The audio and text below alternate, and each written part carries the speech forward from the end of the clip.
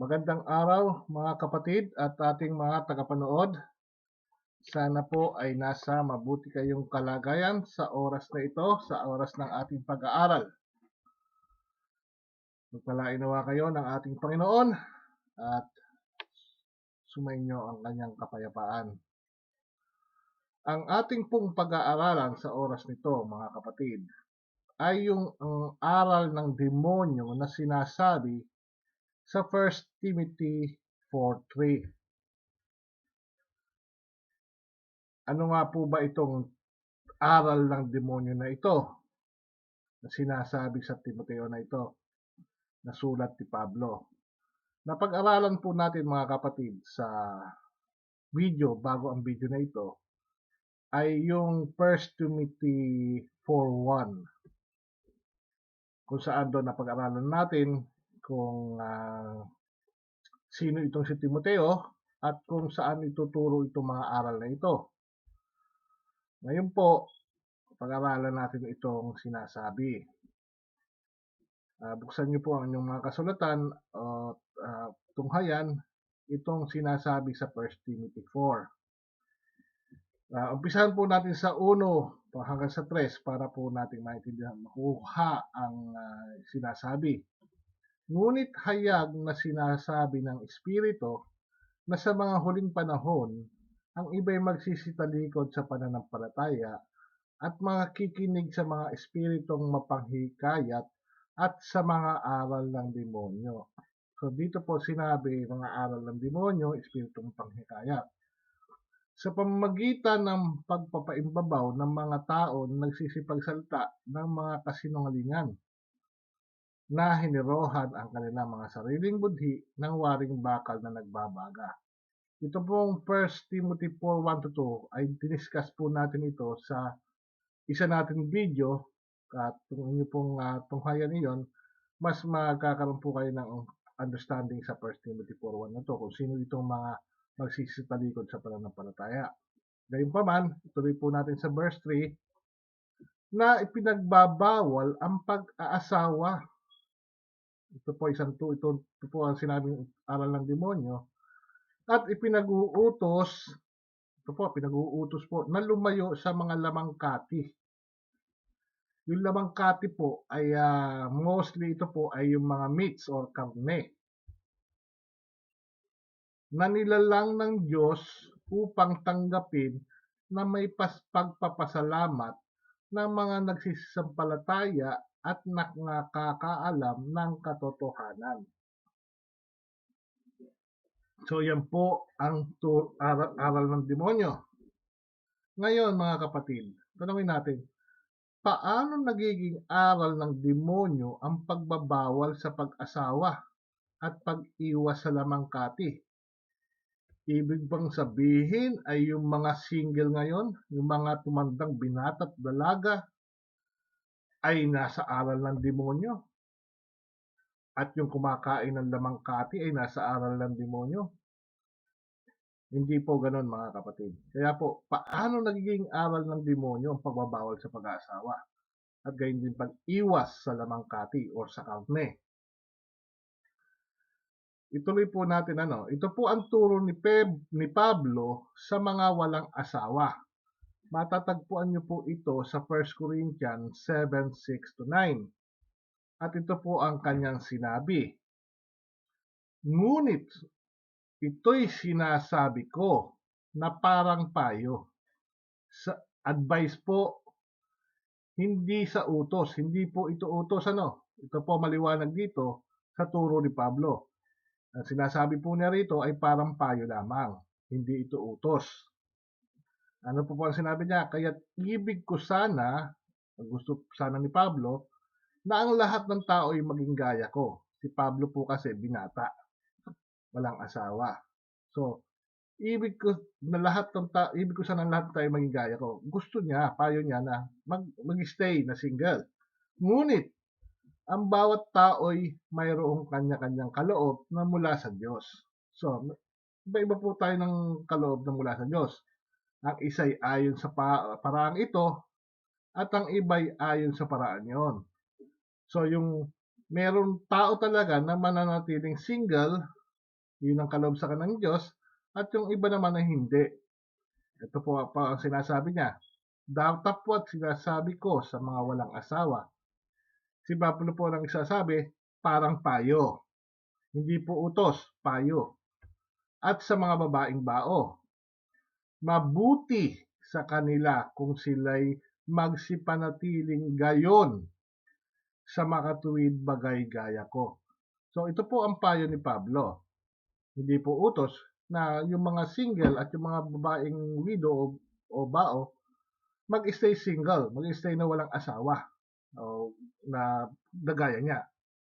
Ngunit, ito po ang sabi niya ha, kung sila'y hindi makapagpigil ay magsipag-asawa sapagkat magaling ang mag-asawa, magaling po ang mag-asawa kaysa mangagningas ang pita.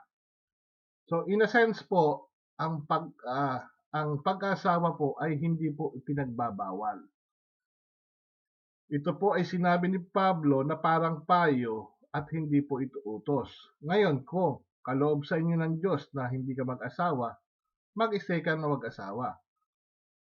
Ngunit, kung hindi ka makapagpigil, mas magaling na mag-asawa kaysa mga gningas ang kita. So, yan po ang turo ni Pablo sa pag-aasawa.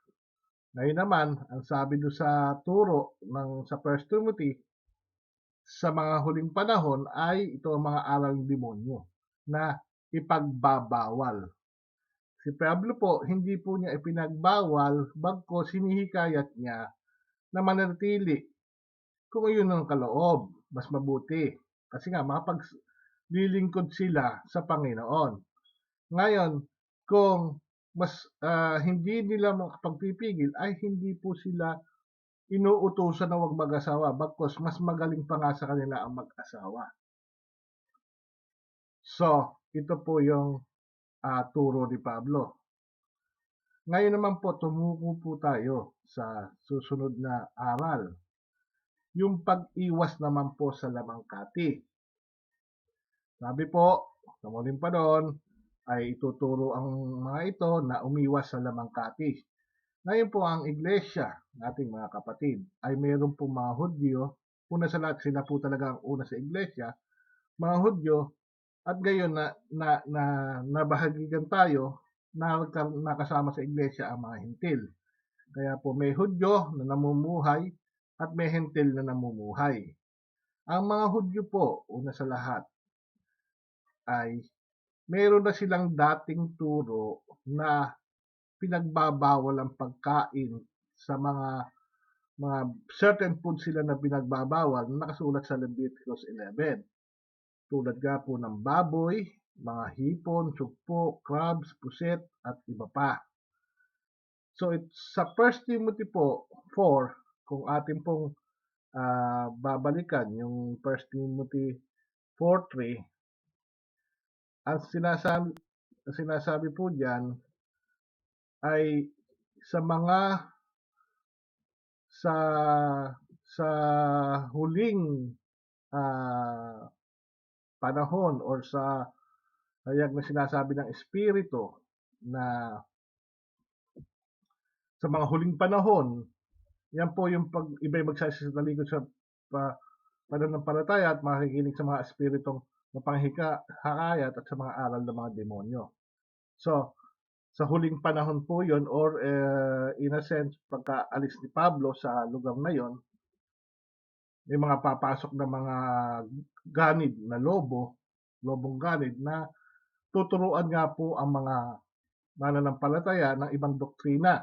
Isa nga po ito na ipinagbabawal ang pag-asawa at pinag-uutos. Ito po, inuutos na lumayo sa mga lamangkati. So, sa huling, ito pong turo sa mga Hudyo na pag-iwas sa mga pagkain tulad ng baboy, ay matagal na po itong turo sa kanila. Hindi po ito sa huling panahon, kundi sa kanila pa po yun. Matagal na po sa kanila yan. Consider po natin yung mga Hudyong Kristiyano. Ngayon po, meron pa rin po meron pa rin pong turo tungkol sa pagkain naman na ihandog sa Diyos-Diyosan.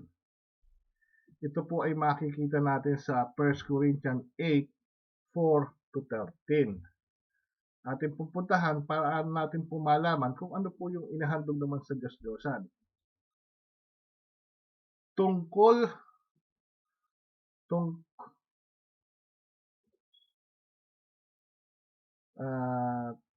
po, no? Yan, puntahan po natin yung 1 Corinthians 8:4-13. Ay, nababasa po ba? Hindi po yata nababasa. Ngayon, puntahan po natin yung verse view sa 1 Corinthians 8:4-13. Ito po ang sinasabi. Parang hindi po mabasa. Kaya pupunta po tayo sa isang verse view. Kaya po ang sinasabi sa 1 Corinthians 8:4. Pisan po natin sa 4. Ano? Tungkol sa mga pagkain ng mga bagay na inihain sa mga Diyos-Diyosan. Ngayon po, ito pong Diyos-Diyosan, alam po natin yung Diyos-Diyosan ay hindi po sa Israel, ano? Kasi may ibang Diyos sila. Itong mga pagkain na ito, hindi po sinabi kung anong pagkain yan. Basta kung ano po itong pagkain na ito na pwedeng inahandog nila sa Diyos-Diyosan.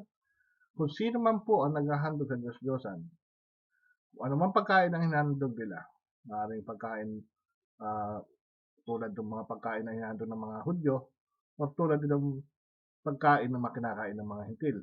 Ito po naman yung sinasabi. Tungkol nga sa mga pagkain ng mga bagay na inihain sa mga Diyos-Diyosan, tungkol sa pagkain na yon, nalalaman natin na ang Diyos-Diyosan ay walang kabuluhan sa sanglibutan. At walang Diyos liban sa iisa. So, wala pong Diyos-Diyosan talaga at to sa sanlibutan, kundi may isa lamang Diyos. Tuloy po natin kung sino yung isang Diyos na yon. Sa susunod po, ito po ang sinasabi. Sapagkat bagamat mayroon mga tinatawag na mga Diyos, mayroon po mga tinatawag na mga Diyos. Maging sa langit o maging sa lupa, gaya ng may maraming mga Diyos at maraming mga Panginoon, gaya po maraming mga Panginoon or mga Lords, ngunit sa ganang sa atin po, sa mananampalataya, ay may isang Diyos lamang, ang Ama. Yan po ang sinabi ni Pablo. Na ano po, nabuhat sa kanya po buhat, ang lahat ng mga bagay. Buhat po sa kanya lahat at tayo'y sa kanya. Para po tayo sa Ama. At isa lamang Panginoon. Ito naman po si Jesucristo. Kung sa Ama, buhat sa kanya lahat ng mga bagay, sa Panginoong Jesucristo, nasa pamamagitan niya ang lahat ng mga bagay. At kung sa Ama at tayo sa Kanya, gayon din naman sa Panginoong Hesus at tayo'y sa pamamagitan niya. Yan po sinasabi diyan sa verse 6. Tuloy po natin sa verse 7. So, in-establish po ni Paul tungkol doon sa mga inahin sa Diyos-Diyosan na sinasabi, ngunit may sinatawag na mga Diyos-Diyosan, para sa atin, sa ganang atin, may isa lamang tayong Diyos, ang Ama. At gayon din, meron tayong Panginoon, ang ating Panginoong Jesucristo. Ano pa po sinabi niya? Gayon may, wala sa lahat ng mga tao ang kaalamang yan. Hindi po yan alam ng lahat ng mga tao. Kundi ang ilan na hanggang ngayon ay nangamimihasa sa Diyos-Diyosan. Meron pa po na sa Corinth po, may namimihasa pa rin sa Diyos-Diyosan. Ano? Ay kumakain na parang isang bagay na inihain sa Diyos-Diyosan. So, meron sa kanila na pag kumain ng mga bagay na inahin sa Diyos-Diyosan, ay parang kumain sila ng bagay na inihain sa Diyos-Diyosan at kanilang budhi, palibhasa'y mahina, ay nangangahawa. So dahil po mahina ang kanilang pananampalataya, ito nga po sinabi, Gayon may wala sa lahat ng mga tao ang kaalaman iyan. Hindi pa po alam na yung ibang alam na yung kung paanong sa atin, mga mananampalataya, isa lamang ang Diyos at meron tayong Panginoon.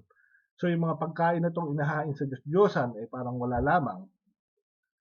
Ngayon, yung may mga mahihina na Kristiyano, ngayon pag nakakain sila, kumain sila ng mga handog, ng mga inahain sa Diyos-Diyosan, nagkakaroon sila ng guilty feeling sa budhi nila dahil nga po mahihina sila. So in a sense, pag kumakain sila, hindi din sila kumakain sa pananampalataya. Tuloy pa po natin. Yun po ang mahihina sinasabi diyan. Sila pa yung pag kumain ay nagkakasala pa rin sa kanilang budhi, parang masama pa rin sa kanilang pakiramdam. So, dahil nga po mahina ang kanilang pananampalataya, gayon din ang kanilang kaalaman. Ito po ang sinabi, datapwat ang pagkain ay hindi magtataguyod sa atin sa Diyos. Ang pagkain po hindi magtataguyod sa atin sa Diyos. Kung ikaw ay kumakain lamang ng beef or anuman, or kung ano pa man, or sa hindi ka kumakain ng handog sa Diyos-Diyosan, hindi po magtataguyod sa atin sa Diyos yan. Ni hindi tayo masama, ito po kung tayo'y di magsikain. Kung hindi ka kakain, hindi ka rin masama. Ni hindi tayo lalong mabuti, lalong hindi ka lalong mabuti kung tayo'y magsikain. So, fair is fair. Kung hindi ka kakain, hindi ka masama.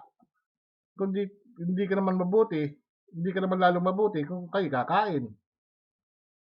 So, ito po ang sinabi diyan. Datapwat magsipag-ingat kayo. Baka sa anumang paraan, ang inyong kalayaang ito ay maging katitisuran sa mahihina. Sino po yung mahihina? Yung po mga kumakain na walang pananampalataya, na nag-i-stay pa rin sila, tulad nga po na sinampol dito, yung sa pagkain sa Diyos-Diyosan. Sa pagkain na inahandog sa Diyos-Diyosan. Kaya mag-ingat. Sapagkat, ito po, kung makita ng sino mang ikaw na may kaalaman, ano po yung kaalaman na to? Yung isa ang Diyos, na yung mga pagkain na hindi magtatayo sa iyo sa Diyos, na ikaw makita ka na may kaalaman ka, alam mo nga ito, na nakikisalo sa pagkain sa templo ng Diyos-Diyosan. So, kung nakikisalo ka sa pagkain sa templo ng Diyos-Diyosan, nakikikain ka doon sa mga inihain sa mga Diyos-Diyosan, ikaw na may kaalaman dahil sa palagay mo, sa alam mo na ito nga ay hindi magtutaguyod sa iyo sa Diyos.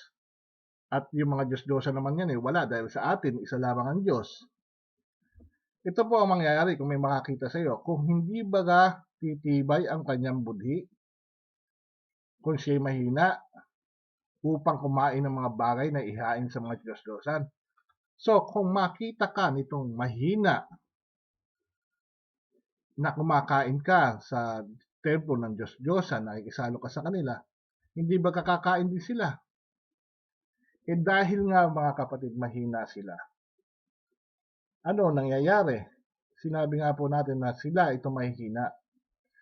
Sapagkat sa pamamagitan ng iyong kaalaman ay napapahamak ang mahina, ang kapatid, na dahil sa kanya namatay si Kristo. So dahil ikaw, kumpara ikaw na alam mo ang mga ito, na hindi nagtataguyod sa iyo kung kumain ka man o hindi. Itong mahina na sinabi na kapag ka itong mahina na nakakita sa iyo ay kakain, alam naman po, binanggit sa unang mga talata, ang mga mahina ay kumakain ng pagkain na handog, pag kumain sila ng pagkain na handog sa Diyos-Diyosan, ay nagkakaroon sila ng guilty feeling o nagkakaroon sila ng bahid sa budhi. So nagkakaroon sila na, nagkasala ako. Kasala ako. Ikaw pa ang nagiging dahilan ng kanilang pagkakasala sa budhi nila, na ang Panginoon mismo ang namatay para sa kanila.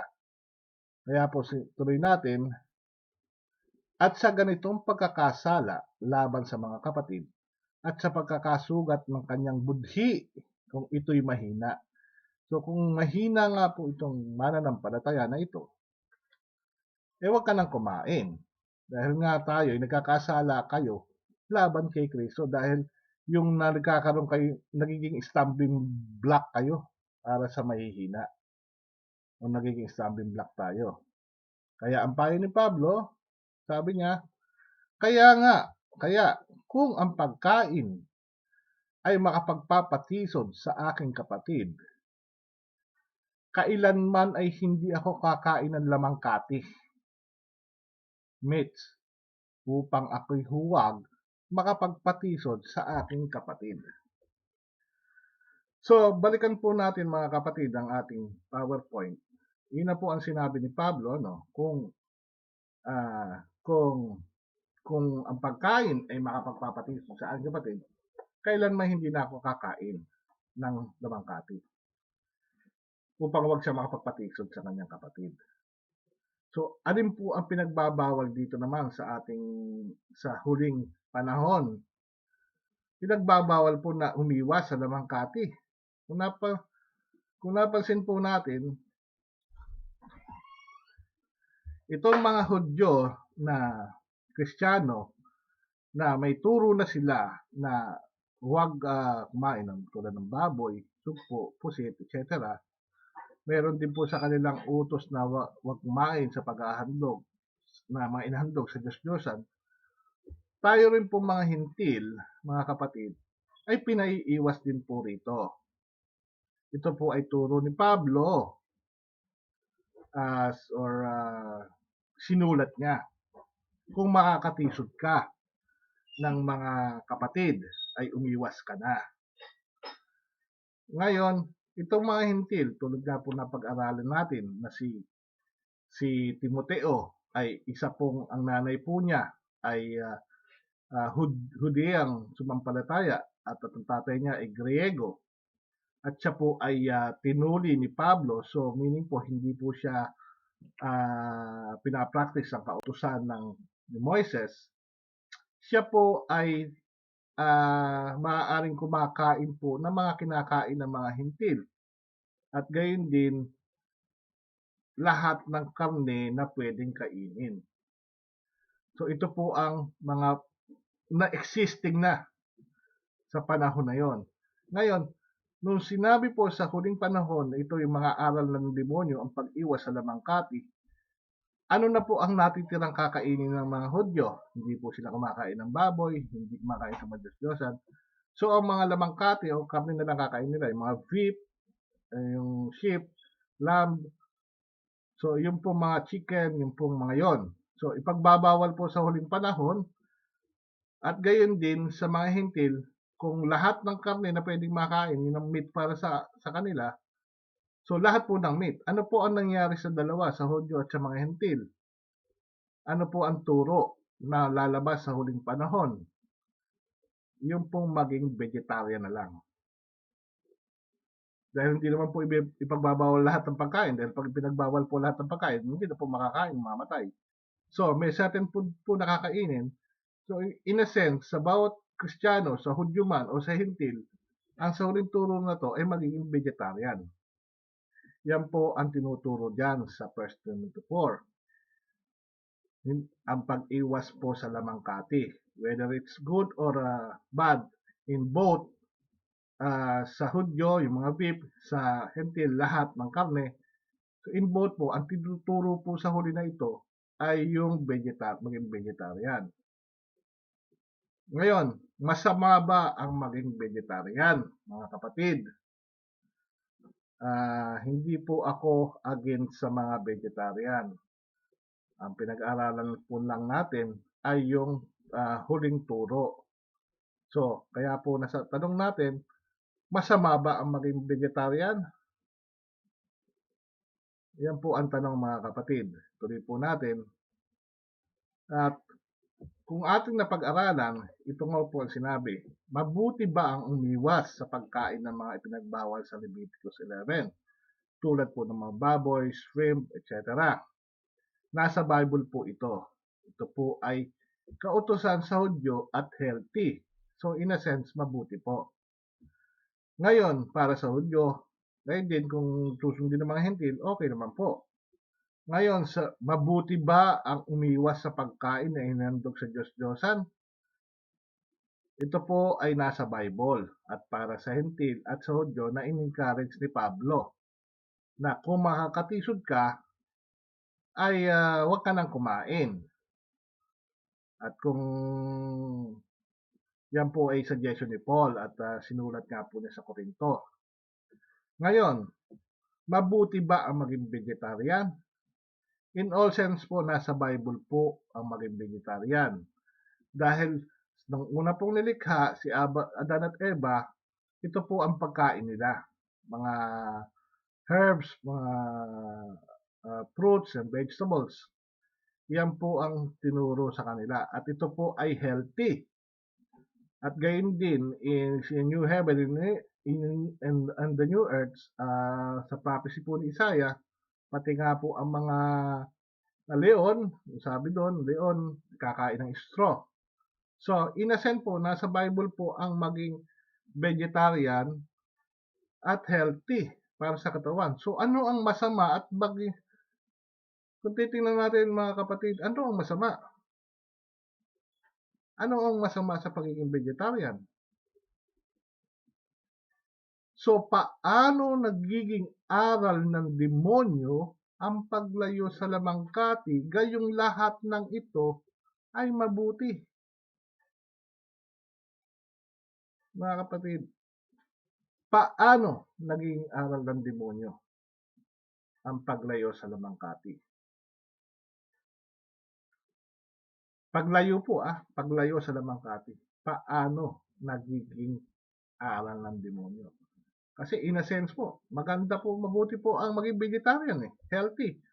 At remember po si Daniel, nung siya'y pinapakain po, nung sila'y nadala sa Babylonia, pinapili siya kung ano ang gusto niyang kainin.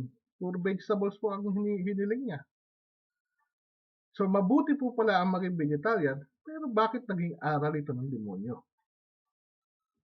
Paano naging aral ng demonyo ang paglayo sa lamangkati? Mga kapatid, yan po ay para lamang sa pagtutuli. Ang pagtutuli po ay inuutos. Nasa Bible po ito'y utos kay Abraham hanggang sa nadala sa kautusan kay Moises. Ito po ay ginagawa ng mga Hudyo at ito po ay good for health or mayroon po in scientific research may good benefit po sa health. So bakit naging aral ito ng demonyo at naging masama? Nagiging aral po ito ng demonyo kapag ang utos na ito ay kailangan para maging bayan ka ng Diyos. Kung ikaw, lalo na ikaw na hentil. Kung ikaw na hindi sa pagtutuli, ay pipiliting matuli. Dahil kailangan or kondisyon para maging ikaw ay isang bayan ng Diyos. At gayon din, sinasabing ituturo nila na ito'y kailangan para maligtas at dahil ikaw ay ligtas. So, kung ibabawal po nila ang kumain ng lamangkati at maging vegetarian ka para maging bayan ka ng Diyos o ma-separate ka bilang bayan ng Diyos at maging separate ka para maligtas ka, iyan po ay aral ng demonyo. Lamangkati, beef, maging beef man yan, maging lamb man yan, kapag ipinagbawal o maging baboy man yan, kapag sinabi nila na ito'y kailangan para maging bayan ka ng Diyos, maliwanag po mga kapatid, ito po ay nagiging aral ng demonyo. At naging kailangan para maligtas ka, yun po ay against po sa pananampalataya sa ating Panginoong Hesus. Tinuro po sa mga Hudyo, mabuti sa Hudyo ang hindi kumakain ng mga bawal na pinagbawal sa Leviticus 11.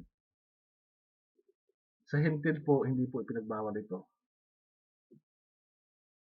Ngayon, kung ipag-uutos na ito ay umiwas ka para dahil ikaw ay maging bayan ng Diyos o maging maligtas ka, magkaroon additional para sa iyong kaliligtas, ito po ay against sa pananampalataya. Dahil sa ang Panginoon lamang, Jesus, ang daan, katotohanan at buhay. Siya po ang nagligtas sa atin. Ano pa po ang turo ni Paul tungkol sa pagkain?